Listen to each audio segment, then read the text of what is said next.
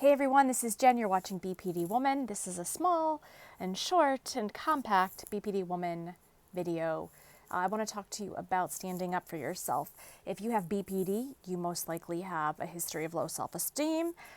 You've probably been shouted down a bunch. You probably don't know how to ask for what you need. You probably find it uncomfortable to stand up for yourself because you think people will dislike you, right? And this really comes from two things: this fear of standing up for yourself, low self-esteem and low self-confidence, and your ability to not only ask for what you want, but how to ask for how you wish to be treated.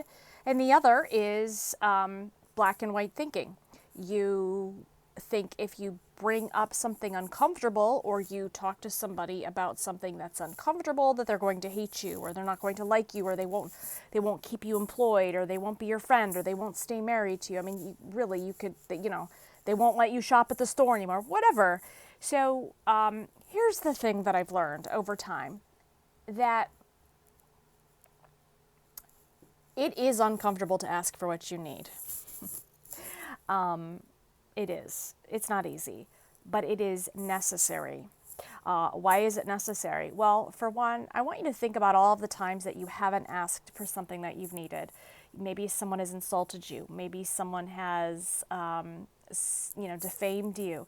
Maybe someone has stepped all over your rights and you haven't spoken up. Maybe somebody cut you in line. Maybe somebody took credit for your work at work. Whatever. It could be anything. It could be small. It could be really big and large and important.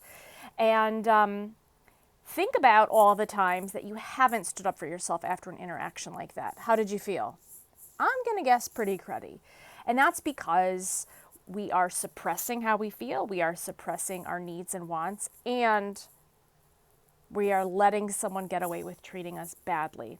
And what I have found as I've gotten older and learned how to kind of regulate this stuff a little bit better is, sure, not always do I speak up for myself, but I do it probably 90% of the time now. And you're going to want to do this when you are regulated. So not when you're upset. You don't want to do it right in the moment that it happens, unless it's necessary, right? Like unless you're at a store and somebody's accusing you of stealing and you have to handle it right there. That's very different than, somebody hurting your feelings or somebody assassinating your character.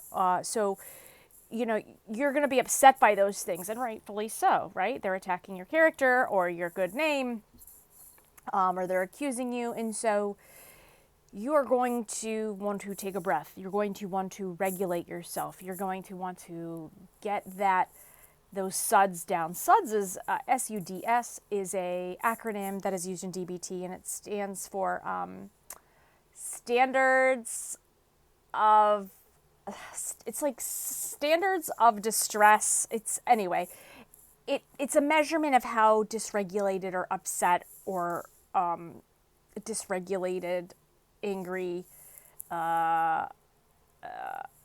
It's a high state of emotion, essentially, right? And so you could be at 5, 10, 15, 100%, right? And so you want to have the best possible outcome for standing up for yourself, and that means waiting until you are regulated so that you can be heard. Because if you speak and yell and your thoughts aren't collected, no one's going to listen to you, and you're going to feel, guess what? Doubly worse. You're going to get on that dysregulation highway. Not only are you going to feel bad that you didn't speak up for yourself, you're going to feel, on top of that, shame that you didn't speak up for yourself in an effective manner that you know that you can do. Here's an example. I have a client. I take my name and my business very seriously, what I do. And I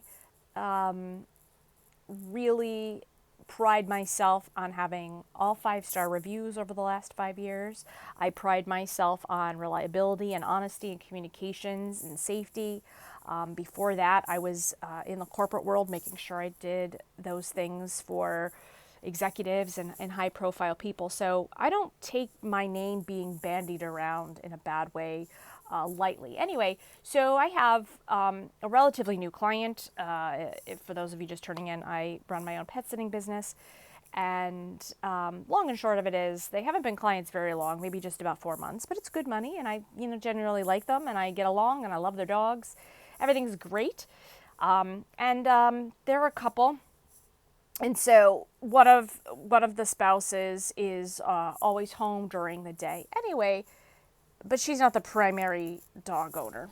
So they have shock collars, which I don't agree with, that they use on the dogs to make them quiet, and they want to do this because they're lazy and they don't want to train their dog.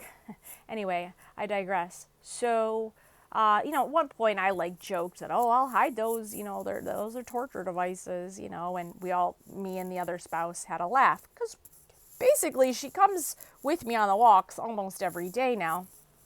So, we've kind of gotten this rapport.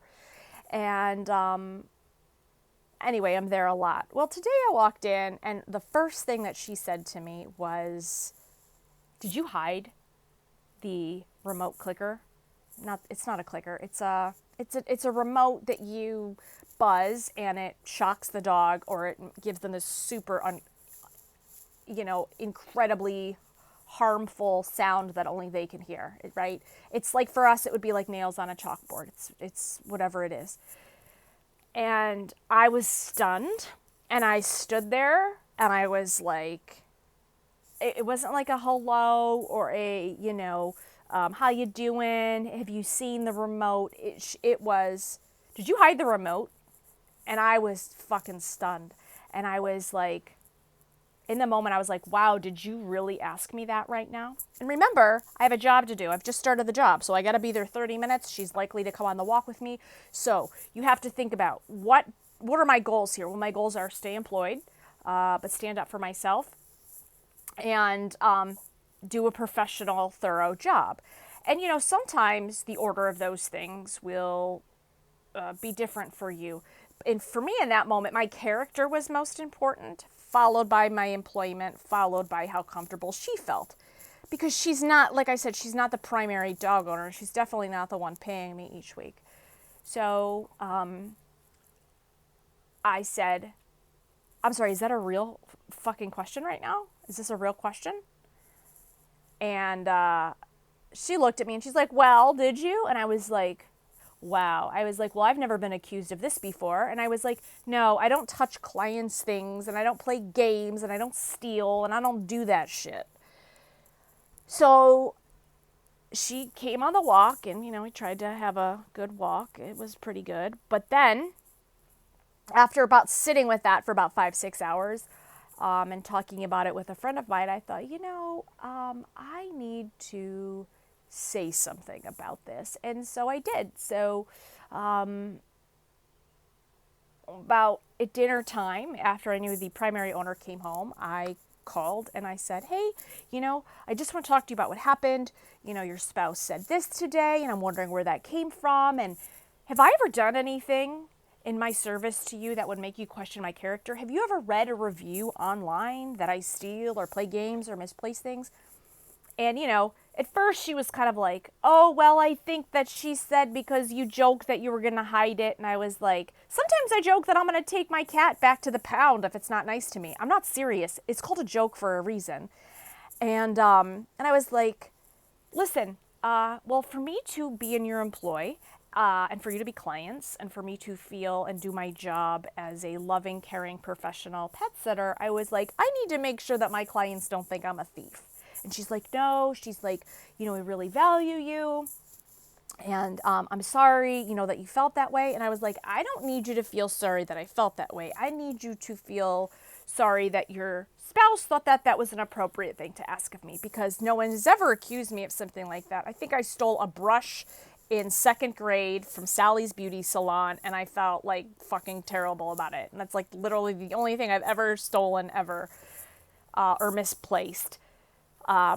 So anyway, she heard me. I kind of felt maybe she was trying to get off the phone. It was a little hard to read her. It's a lesbian couple, in case you haven't caught on by now. Anyway, so the point is that what was most important to me was standing up for myself and my character and defending my character. And also, in kind of coordination with that, my business. I have a business name to defend. And it's not like,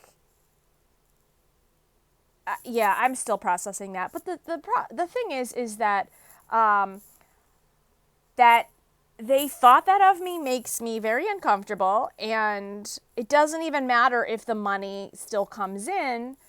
If I don't speak up, I'm going to feel bad about it later. I'm going to feel resentful of them. And that resentment will come out in other ways, right? Like passive aggressive behavior, comments, not showing up, things like that.